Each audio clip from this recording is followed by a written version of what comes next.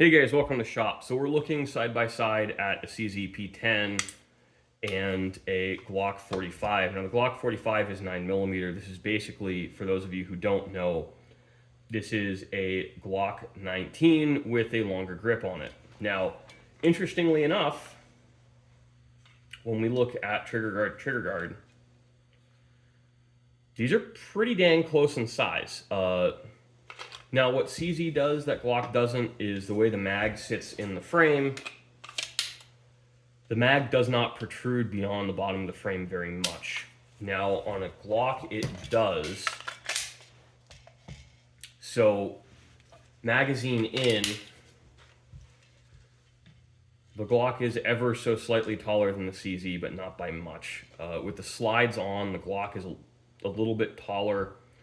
So 15 versus 17. I don't really care that much. I think the CZ is a little bit narrower. Again, not much. Like dimensionally, these guys are functionally identical.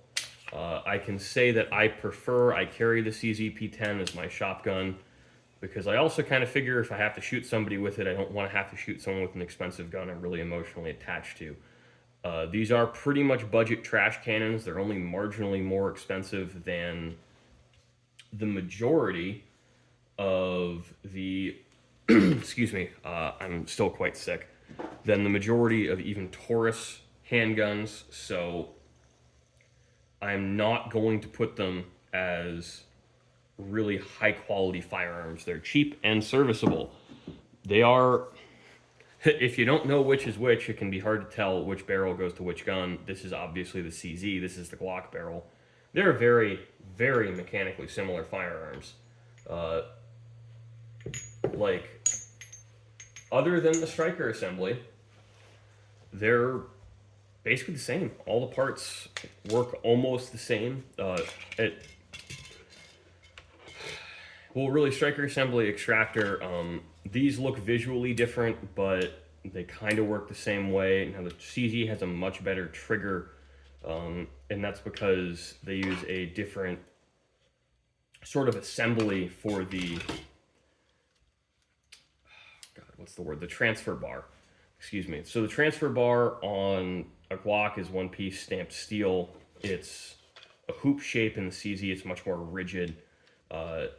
Interestingly enough, their slide stop, I think, is significantly more robust than the Glock, just because the way it works. It actually comes up, so your slide stop is right here. It's a much larger piece of material. That being said, I don't know about Glock slide stops wearing out or having issues, so I don't think that's really a concern. The CZ return springs for the transfer bar don't really break. It's a little bit harder to remove this assembly than the Glock. It's 2 pins. I haven't done it in a while. I recall being able to only have to knock out these 2 coiled roll pins. You may have to remove the locking block assembly or pivot for the transfer bar and slide stop. It's been so many years I've forgotten. Now, these don't really get shot that much in my area, so people don't really break them. And I don't get many broken polymer frame handguns in the shop, because frankly, they're so easy to work on. Everyone DIYs it. And while I'm a gunsmith, I don't see every gun. I'm really mostly a bolt action rifle woodstock shop now. I do get the odd AK in, but I'm really like a FUD blaster specialist now. Looking at this, Glocks are stupid easy to work on. This one pin comes out, you can fix again 90% of the issues Glock has. You may actually need a tool for this, but you could probably use a ballpoint pen if you're willing to catastrophically destroy the tip and leak ink everywhere. Really, really simple guns. Glock quality control is absolutely superb. I really think that's why Glocks are dominant. Now, CZ has some, air quotes, quality of life improvements. They have a little bit better sights from the factory. I think they have a smaller grip circumference. They're more comfortable to shoot, and they have a better trigger. All of these things kind of don't matter that much. They just make you feel better. They don't really improve your shooting. And you'll also notice, guys, this is a little bit of an aside. I have a few under 18 viewers that are regular viewers on the shop. I decided to be handling guns and solvents today with gloves on. I'd like to set a good example for them to handle chemicals with respect, regardless of what other people say. A lot of this stuff can really be destructive to your liver, your kidneys, and other organs, especially when you're young and developing. So please take care of yourself, guys. Don't listen to the old guys who look like shit when they're 50 because they never really took care of themselves. Don't take advice from those people. I took advice from a guy who was working as a heavy-duty diesel mechanic until the age of 94, and he died of liver cancer. We think from all the solvents and fumes he was dealing with, but he took enough care of himself that he lived to 94 and was still working at that age. So actually, no, 84. I apologize. Someone else just died at 94. Different character. But again, like, take advice from those guys. If they're working at that age, they're doing something right. And if they tell you be respectful of these chemicals and solvents, listen to them. Now, really, this is a personal preference thing. Like, the CZs are, again, less reliable than the Glocks, but not enough to really matter. They tend to have a little bit tighter chambers, and they seem to be more accurate from the factory. I think that's because we have more clearly defined metal sights. I don't like the hold on CZ sights. It's kind of like a dead hold, so you put the dot on top of what you want to shoot. With most Glocks that I've shot, you kind of put the top of this right underneath what you want to shoot. I prefer that hold. Different preferences for different people. I'm not saying one's right or one isn't. That's just what I prefer. I haven't changed this out because this is my trash cannon gun. This is what I carry in the shop. If I have to shoot someone who's trying to rob me, again, I don't want a gun that I could give a crap about. I practice with it enough to stay familiar with it, but that's it. I don't really care what happens to this gun. It's just a piece of shit. My original plan for this gun is to get my mom into handgun shooting, but unfortunately with her arthritis, she's having trouble with the recoil. So I'm not sure what to do, but originally I wanted to get her, well, she got herself actually at my recommendation, a Glock 45. The grip frame is a little bit bigger. I have a pile of G17 mags for various reasons. I think I have about 30 of them, so it made a lot of sense to get a firearm that would work with the magazines we had, but I was going to send this slide out to get milled for an optic. Obviously never happened, and now that we're a few years into the G45 and the G19 Gen 5 life cycle, aftermarket slides are available, so I'm thinking of going that route, because honestly, once you send a slide out to be milled and have it black nitrided like the factory finish, you're really not that much cheaper than an aftermarket slide. And things can get lost in the mail, yada, yada, yada. So when the option presents itself budget-wise, I do kind of just want to buy an aftermarket slide. Now, I'm a gunsmith, but I consider myself practical, and there's really no point spending money on... Well, there's really no point destroying actually the resale value of this gun. Milled slides don't actually go for a premium on resale, whether or not people like to think they do. It's the optics that go with the gun. So if you take the optic off to sell your gun, you're probably going to get less for your modded Glock than you will for a stock Glock, because God knows what quality of mods went into it. So I actually do kind of like, for carry, stock guns are fine. Realistically, I don't think I will ever be in a position where I have to shoot someone. I've been in plenty of positions where I've debated it and realized I don't actually have to. We can talk our way out of situations, and frankly, I'm a big dude. When I get pissed off and yelling, that's usually scary enough to get people to go away. Now, the other thing is this kind of dual recoil spring design that Glock's been doing. I think this is actually fantastic. This is really reliable. These recoil springs don't last that long. If you shoot Gen 3s a lot, you'll know they say replace the recoil spring around 3,000 rounds. You can really stretch it out to 5. I I wouldn't recommend it because you can get frame battering, and these are about $10 now. Uh, this is the CZ recoil spring is not Gen 3 Glock part compatible. I don't know off the top of my head the lifespan on this, but really what I'm trying to say here, if you don't want to watch the whole video and you think I'm boring and we bounce around a lot, is Glocks are just more reliable. Their quality control is impeccable. CZ has had issues with their quality control, like it or not. They've sent out some shitty iterations of these guns. The first generation, the frame's cracked. Lately, apparently, they've been having issues with extractors failing prematurely. So when you buy a P10, you have a great design. I think the design's really good. I've had great luck with the two I own. I've convinced a lot of friends to buy them. But I always recommend them with the caveat of they're not as reliable as a Glock. And I would recommend cleaning these regularly because the chambers are tighter, so you have issues with fouled ammunition. They don't run cast lead very well. The Glocks really digest anything, and I have my barrel sitting in some solvent. Now, the Gen 5 Glocks actually are great with cast lead because they have cut rifle barrels now. And one of the reasons I wear gloves is also just the lead exposure. Now, I'm going to wipe these guns off because obviously I handle them with bare hands eventually, but you know, it's good when you deal with this stuff all the time. Wear gloves, don't raw dog it. If it works in your love life, it probably works in the rest of your life too. Protection helps. And I think a lot of people really, they don't want to buy a Glock because everyone just says buy a Glock, so we all have that rebellious streak. But there's a reason everyone says just buy a Glock. It's because they work. They're great firearms. They're really reliable.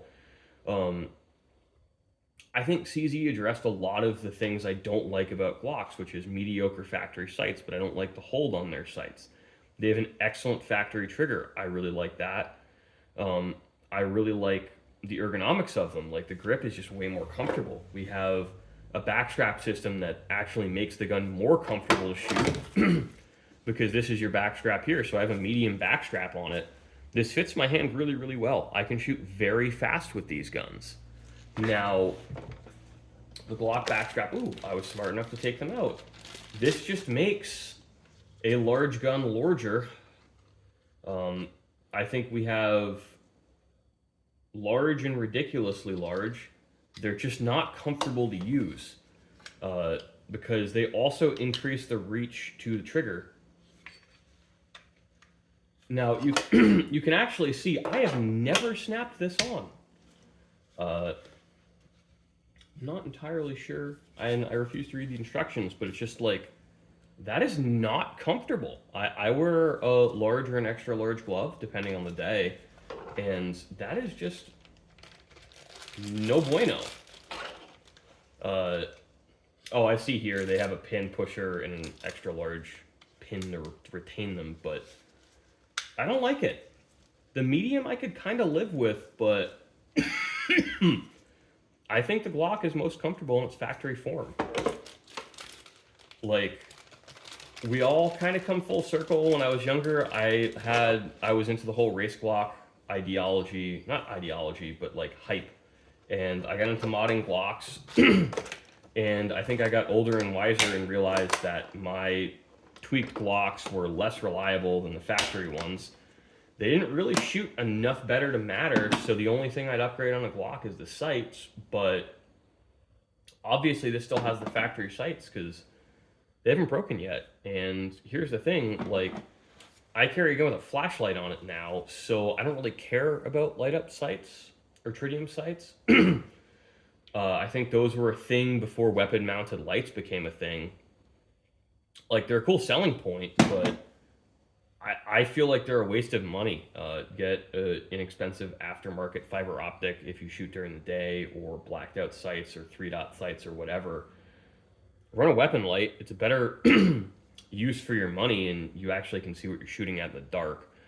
The way I kind of see it is if it's too dark to see your sights, it's too dark to see what you're shooting at. And if it's too dark to see what you're shooting at, you probably shouldn't be shooting at it. So if it's super dark, you're also probably shooting at very short range, so like bad breath distance anyway, where you can see a silhouette. Maybe you don't really need your sights, you can point shoot. don't take my advice on this. I'm not a trainer, but I really like, from a shooting and range toy perspective, CZ P10. I want a really reliable handgun that, as long as I don't limp wrist it, works great. Glock. Um, the Glocks have a little bit heavier recoil springs, so they're more sensitive to limp wristing. I have not been able to get this to limp wrist yet, except with deliberately underpowered ammunition. So that's good to know. I just don't think there's ever going to be a Glock Killer, is I think something we should walk away with from this video. The Glock is really just a refined design that works. They're excellent, reliable handguns where, frankly, they're handling like a 2x4 is what holds them back. And I would still say buy a factory Glock over one of the clones because you get the benefit of Glock quality control. Now, Glock is a little bit like B&T in this regard, where it's fairly basic designs, but they're fantastically made. The surface finish on this Glock blows the CZ out of the water. The thing the CZ has for it is slightly better ergonomics that most people are not good enough shots to take advantage of, so they're really irrelevant. Everyone thinks they're a good shot. Very, very few people actually are. I am an okay shot. I wouldn't consider myself a particularly good one. Real world practical ranges, it doesn't matter what handgun you hand me, I shoot about the same. Now, that's just like my opinion. I always have someone in the comments who's going to tell me what a great shot they are. And frankly, if you have to tell someone you're a good shot, you're not. It's just the same thing as, like, if you have to tell me you're a hard worker, I know you're a lazy sack of crap. So that's just that. You know, if you're going to sit here and say, hey, I shoot USPSA Grandmaster and this is my opinion, I'll take you a lot more seriously than you tell me, like, oh, I'm a great shot, I've been shooting for 60 years, I'm a marksman in the U.S. Army. And when you look at the requirements actually to shoot well by military standards, they're appallingly low. They are not competitive in the civilian world. Just because you're shooting at 500 yards, that 500-yard target is absolutely massive. And if you're familiar with what I'm talking about, you are probably going to be offended or have to Google this and then giggle at who I'm calling out here. So I'll leave that at that. I think, again, we're going to highlight a few key points to talk about here at the end of the video as a wrap up. Glocks are more reliable. Their quality control is better. They're, again, more reliable because their quality control is better. CZ addressed some ergonomic and kind of quality of life concerns with the P10 over the Glocks, but I think they fell short when it comes to drop safety and frame longevity. So if you want a really inexpensive gun, you don't think you're going to put a bajillion rounds on it, I'd absolutely say the P10. There's no shame in buying one. I own several now, two actually. I sold a couple of them. So obviously I think these are an adequate gun. They're also a lot cheaper. Street price on the basic P10Cs is like $350 to $375 depending on where you are. I don't know what the Glock 45s are going for these days, but probably around $500, maybe $550. So there's a pretty significant price difference here, and if you just want a factory gun to never touch, these are both great choices. I think people fixate on accessorizing their guns for really no quantifiably good reasons. Excuse me while I put this guy back together. The whole like Glock perfection thing, I think people, that's a meme. The reason we see such a huge aftermarket for Glocks is because they're easy to customize. I personally leave almost all of my guns stock because I just don't feel like it matters. The only things I really customize are my bolt action rifles because that's like a cosmetic panache thing. I just like the look of it and I love doing the work. So there's no practicality concern here. With handguns I'm going to use for personal defense, it's all practicality. Like, here's the thing Gen 5 did that I love is we've got a magazine funnel in the frame. Like, this already has a flared mag well from the factory. Like, the Glock 45 was basically designed from the ground up as a fighting handgun. Well, not really from the ground up, but you have a shorter slide, so they're apparently easier to draw. You have a huge, chonky grip on it. They're really easy to reload. Stupid simple manual of arms, point and click. So I think this is a great gun. You put an optic on this, I don't think you could really beat it. It's a Roland special, but better. Now, when we look at the P10, you know, I really like them. I don't want to trash them too much. I just think the Glock is a better gun. The P10 is more fun to shoot. So that's what I think we'll end the video on, instead of rambling too long, is just thinking more fun to shoot, great starter handgun. Glock is, I just want something that works, I'm not emotionally invested, or I want to shoot a bazillion rounds and I want a good frame lifespan. So thanks for watching, guys. I hope you enjoyed. Hopefully you can understand me through my head cold. Well, really it's COVID, but we're calling it a head cold.